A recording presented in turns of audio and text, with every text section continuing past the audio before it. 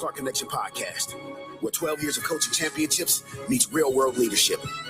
Coach Clark broke through at the highest levels. Now he's bringing you the playbook. Every week, real leaders, real wins. Real strategies you can use Monday morning. If you're done with theory and ready for results, this is your show.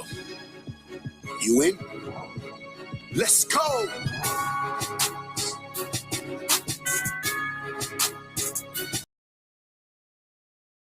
And welcome everyone to the Clark Connection podcast.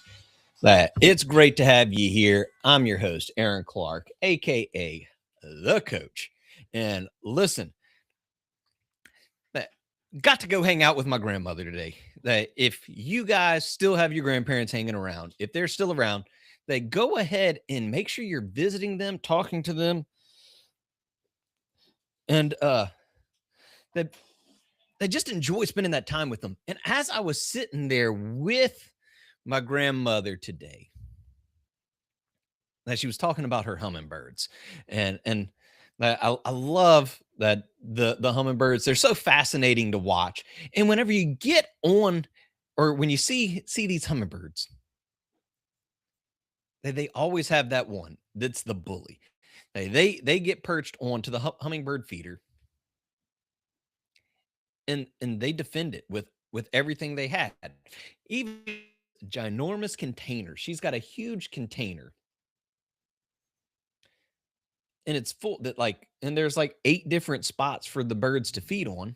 But there's always that one that's got to defend their turf. And it really got me thinking as she was talking about it. I was like, well, that grandmama, that's almost like the difference between a boss and a leader. That because a boss looks at it and says, there's only so much to have. And so I can't share with anybody. This is mine. I've got to hoard it. I've got to keep it.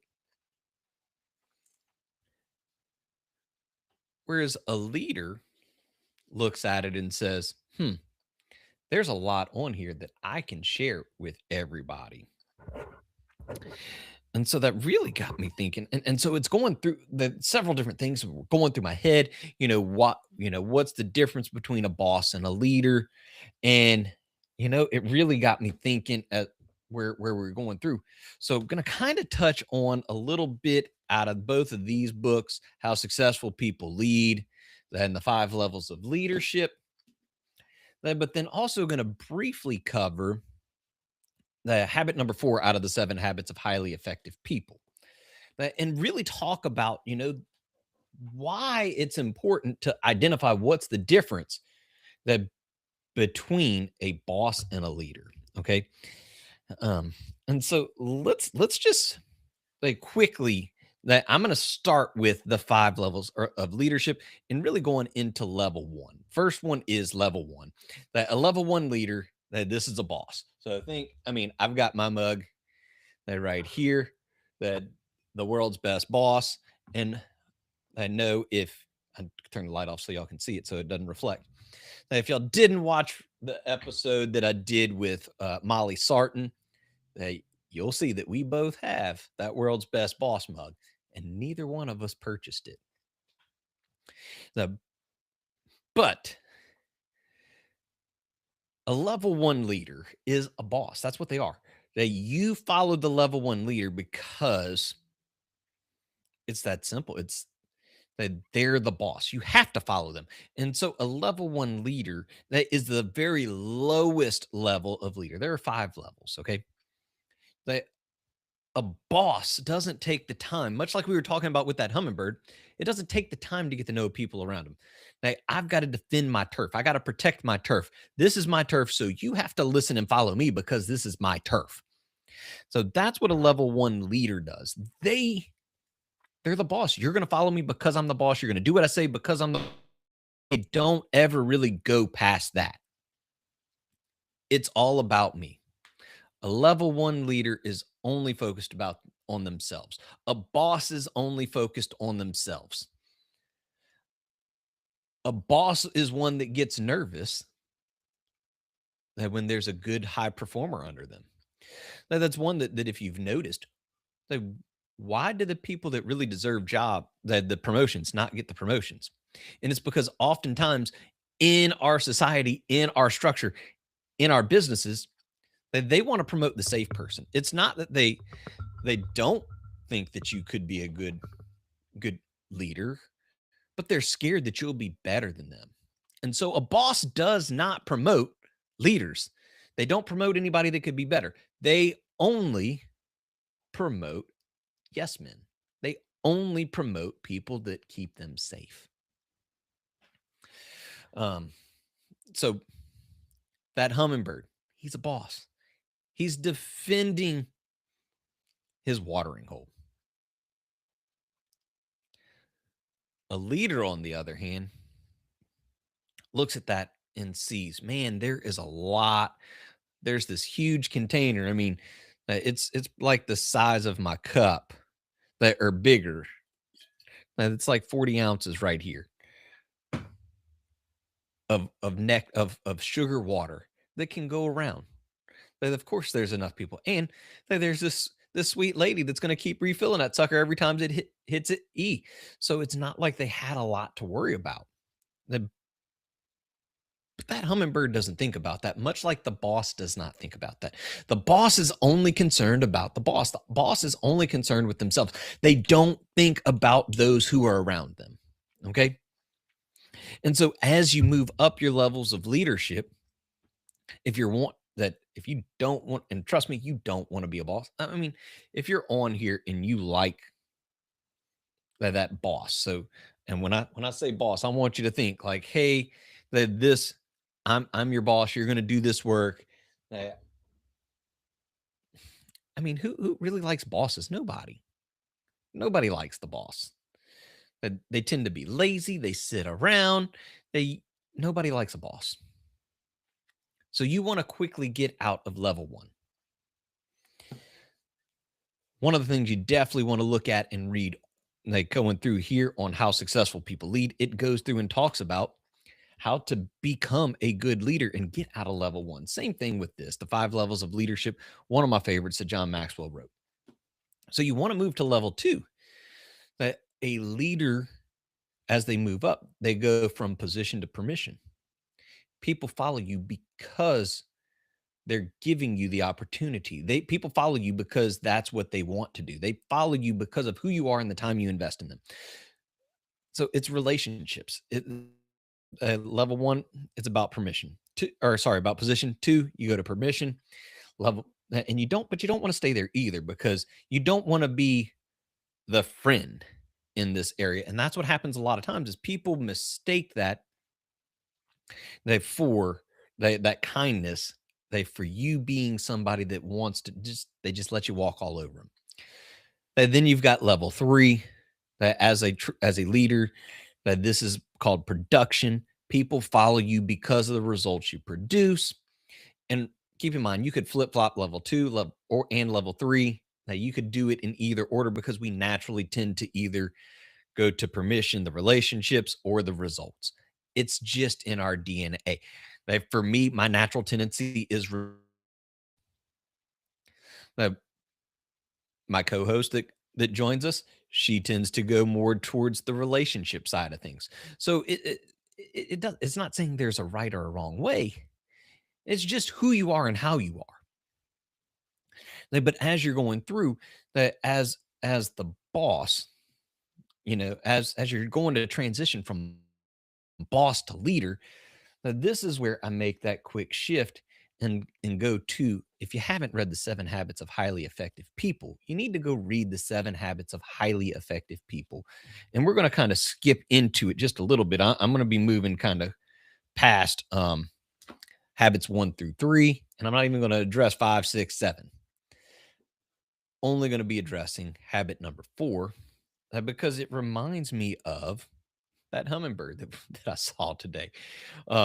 Habits 1 through 3, though, they call these the private victory. You have to win this. So you have to be comfortable with who you are and what you do before you can go and help other people. Remember, you're on the airplane, and they always say in that routine In case of emergency and the mask pops down, then put your mask on first and then help other people.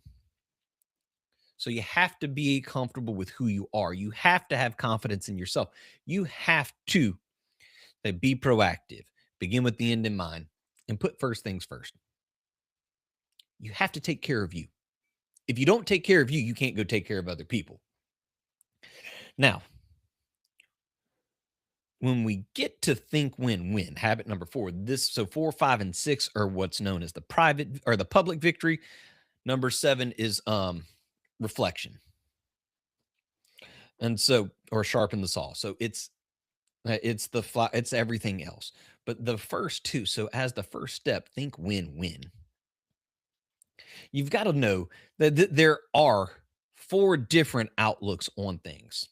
So you've got lose-lose, lose-win, win-lose, and then win-win. Okay. And so it's important to know that yours is the first one. So when we say, because you might be thinking, like, Aaron, you said lose-win, and then you said win-lose. So lose-win would mean I lose, you win. Win-lose would mean I win, you lose. And so the first one, lose-lose, or that we'll talk, or it is when you're looking and both people lose. This basically says if I'm going down, you're coming down with me. Now, a lot of times this is when you get people who are that a win-lose type of person, like I've got to win at all cost. That these type of people bring the organization down. So this isn't our example. This is my hummingbird. He's win-lose. He will run and chase. He chased this other little hummingbird all around the pitcher, and then you'd see other hummingbirds come in. And as he's busy over here chasing this down, he's not even paying attention to what's happening right here. So lose, I'm taking everybody down with me. So lose, win. This means a lot of times this is I'll do whatever it takes to keep the peace. I will lose so you can win. If it makes you happy, that I'm a doormat, so walk all over me. It's okay. You don't want to be in lose-win situations because lose-win is never good, especially for you. And as much as we talk about mental health, I think we find a lot of people that these are the peacemakers. Whatever it takes to keep the peace. This is not good. Lose-win is not a good situation for you to be in. Remember, that's you. I lose, you win. Now, our third one, win-lose. A lot of times you see these people as, they're extremely competitive, the sports background. This is a tough one because, hey, as a coach, I got hired to win. They didn't hire coaches and keep us on if we didn't win games. So you better win games. And the result of that in an athletic event is, well, if we win, the other team doesn't. So it's a big difference right there with and this is not talking about the game of football or baseball or whatever. In here, so in my example, the hummingbird was a win-lose. You cannot have any of this water that I didn't put there. I didn't do anything to get it. It's full. Again, it's a 32 to 40 ounce thing full. But then you move to win-win. And this is where you want to go to as a leader, because it's important that as a leader, you understand it's no longer about you. That when you become the leader, look, you hear me say it all the time, leadership is nothing for the head server. If you are the leader of your organization, it's up to you to be accountable to the rest of your team. You are accountable to those people that you lead. I'm going to say that again. When you're the leader, you are accountable to the people you lead. So it drives me insane when I hear somebody say, I'm accountable to no one. It's like, well, then who are you leading? That's a boss. A boss says, I'm accountable to no one. A leader understands I am responsible to everybody that's been put under my watch. And so when we move into that fourth outlook, think win-win. So habit number 4, think win-win. You're looking for ways like, how do I make sure that everybody wins? Now, I'm going to say this that as well. It's not possible for everyone to win at everything. It's just not possible. But you're trying to always look for the way to understand that thinking win-win, we can all win. There's got to be a way to make it beneficial to everybody. And that's your role as the leader. Your role is to make sure that we all win. Now remember, we is better than me. And so as we were talking about that and going through, it also reminds me, the people who don't think win-win, that they see success as a pie. Now, my favorite pie is pizza. I mean, who doesn't like pizza pie? Now, especially you put some pepperonis on there. I'll say, I know if you talk to the not so real Coach Clark, he'll tell you he loves Italian food. He's Italian. I've made him Italian. So I like to tell somebody it's because my alternate personality and my alternate ego. He's a mobster. Anyways, but they look at it as a pie. They look at life as a pie. Success as a pie. I can only get so much to other people. If I give you a piece, then there's not enough left for me. But what success really is in life, what success really is in life, though, it's more like an endless buffet.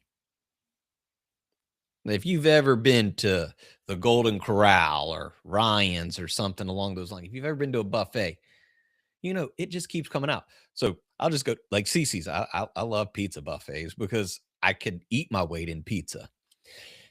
So when you go to Cece's, what do? They just keep bringing out more and more and more pizza. When you show up, I can go grab 3 slices of pizza and bring one and give it back to somebody else.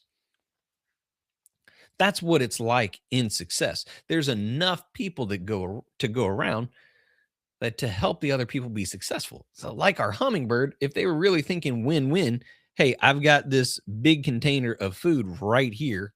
And I mean, comparatively, the hummingbird's about this big to it.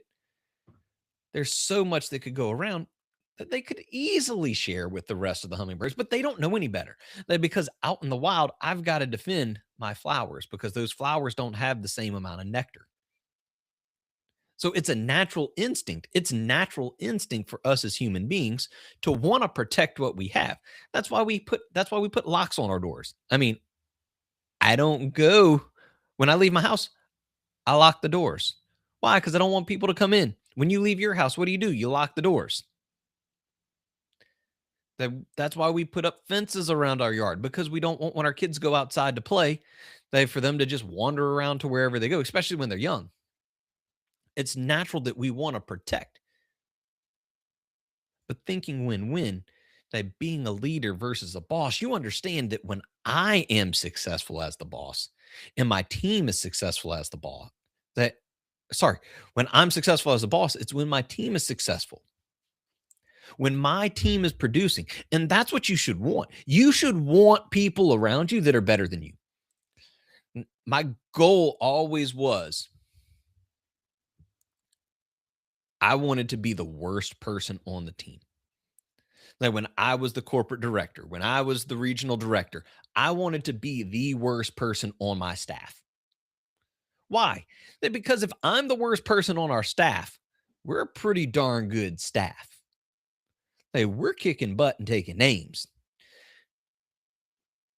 But if I'm always the best person on our staff, geez Louise. And you've probably had somebody like that. How many of you have had somebody you work with them on your staff? Or I was about to say, man, press like, put a 1 in the chat, put something in there. But if you understand and know what I'm talking about, you've worked with somebody where it's got to be my way, no highway option. That's what it's like when you're working with a boss, because they're intimidated by you. They're intimidated by the fact that you work better with other people, that you have better ideas.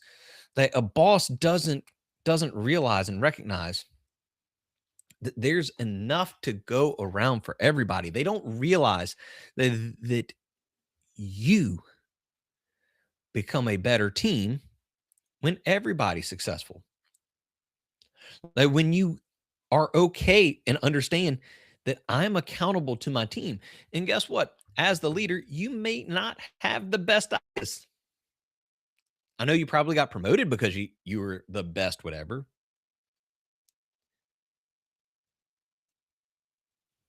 But two brains are better than one. That reminds me, if you hadn't seen the movie, oh, it's not called is it called Hurricane Season? It's with Forrest Whitaker. Let me look it up real quick. Yeah, it is Hurricane Season. Uh, with Forrest Whitaker. If you hadn't seen it, phenomenal movie, phenomenal movie. And so they're going through it's about John Ehret High School, right here, based out of New Orleans, Louisiana, on the West Bank, the best bank. Let's go. Uh, so I grew up not far from there, played against John Ehret, played so I understand this and moved right before Katrina to go to college. So when I see this, it brings back the memories. You go back and you see this. But in the movie, Forrest Whitaker is tasked with putting together a basketball team that to try to keep his young men's morale up. They've just lost everything. Katrina was so devastating, and not just to New Orleans, but it was devastating to the Gulf Coast. I mean, Katrina tore up some stuff. And so in here, he ends up getting a Division One basketball player on his team. I'm trying to think of his name. I know I looked at it on here before. His name was Brian Randolph. So Brian that was a Division One player trying to move on, the best player on the team. And every time Brian got the ball, so nobody wanted to play with him because he was a ball hawk. He was always trying to take he would take the ball, wouldn't run the plays, wouldn't cooperate. And so the team stopped working with him. And they had this wonderful scene in there. I wish I knew exactly where it was. I've tried to find just the individual scene that where to get his point across to Brian, the head coach and the assistant coach, they have Brian take on the entire team. So it was 1 versus 5. And the 5 put the smackdown on him. Even though Brian was by far the best player on the team, he couldn't compete with the other 5 when it was 5-on-1. But if you were to play each of them 1-on-1, he would have whooped them. It wouldn't have been close because he was that much better than them. But see, that's where it is when you're the boss. That a boss has to be the one everybody looks at. I am the champion. It is because of. Whereas the leader realizes it's my job to make sure that I get people in the game, that I get the other people involved, that I get them to want to hold me accountable for what I'm doing. Because if they feel comfortable to hold me accountable for what I'm doing, we get better. And that's all team is. Together, everyone accomplishes more or achieves more, whatever you want to say. But you can get so much more done with a team. It's like this past weekend, wonderful weather this weekend.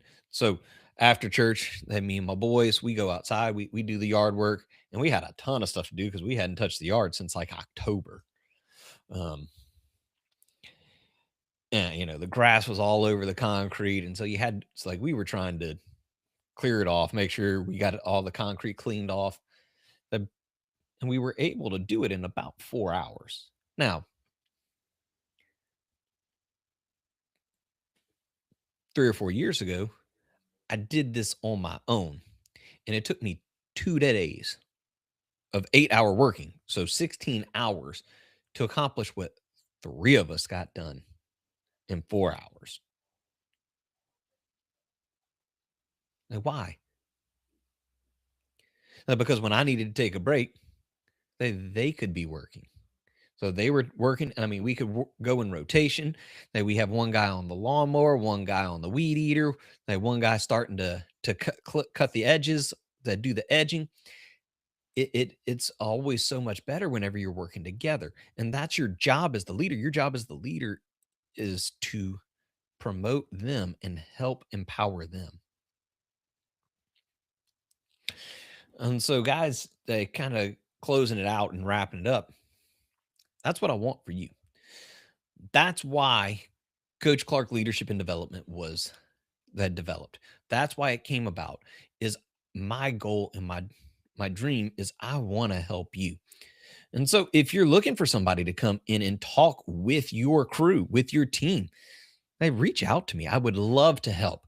Uh, as I'm starting to go and grow, I'm reaching more and more people. This Thursday, I've got a leadership luncheon. For those of you in the Baton Rouge area at Cheesecake Bistro at noon, it's on Bluebonnet. It's going to be a phenomenal event. We're going to be talking about the 5 biggest mistakes that new leaders make, and some not so new leaders, because I've done those things even as an experienced leader with 17 years worth of experience. And guess what? You're going to do the same thing. You're going to continue to make these mistakes. But it's not that you make mistakes, it's what happens after you make the mistakes. I wanted my players to see me mess up when I was coaching, because it gave me an opportunity to, after I messed up, to show them what do you do when you make that mistake. Same thing here, guys. You're going to keep making mistakes as leader, but come join us. It's going to be a great time. I think I only have like 10 spots left. So make sure you come get your spot reserved so you can go do that. Maybe you have an event that you're doing, or you're wanting to do a team building event. They reach out to me. I love doing team building exercises. Just signed a contract with somebody else to do one later in April. It's a lot of fun to be able to get in, and it's important for you as your team and your team to get together and do all these other things. Maybe you're looking for keynote speakers or breakout room leaders. Been doing a lot of those that have put in for a lot of different things. They even have some other things coming about where you might see me doing these lives from different portions of the country. There's all sorts of big stuff working. So make sure that if this is something that you want to do, that's what we do here at Coach Clark, that Leadership and Development. We help leaders gain clarity, to regain their confidence, and to get unstuck. Now, because guys, you don't know what you don't know. I started working with another company this week. This week, when we started working, they got into the meet that they asked me to sit in on their team meeting, and we're sitting in there, and they're growing. They're doing a lot of really good stuff. And they were like, "Oh, I'm gonna be doing this," and he was trying to. The leader was like, "Hey, I'm gonna be doing." I'm like, "Dude, run the meeting. Don't tell me what you're gonna do. Just run the meeting. Let me sit and watch. I'm gonna be a fly on the wall." Meeting ends, and I'm like, "Hey, you're doing these things well. This is where you're gonna have to shift to make that adjustment." That because he's not used to having anybody other than himself. He had himself and his administrative assistant. That was it. And now has a leadership team of 5. And so we're going through and we're working on that. Those are the things that we do. And it's helping provide clarity. It's giving him confidence. I was talking to his general manager. They were like, "Man, he's got a confidence I hadn't seen in 3 months." And that's what we do. We help you get unstuck. That because I want to see my ultimate goal for this for every company that I work with is to see you not need me. I don't want to be needed. Maybe you're not ready to commit to that. I have a fantastic community. It's free towards the end of the month. It's called the Leadership Multipliers. It's on School. If you go to school.com and look up multipliers, I'm starting to add more and more stuff. And I'm not going to leave it free for very long. It's going to come with a monthly subscription. But I'm about to start putting in. I just finished that a recording of the 15 invaluable laws of growth. I'm about to do one of the developing the leader within you. And I'm going to go through and keep adding and adding and adding and adding.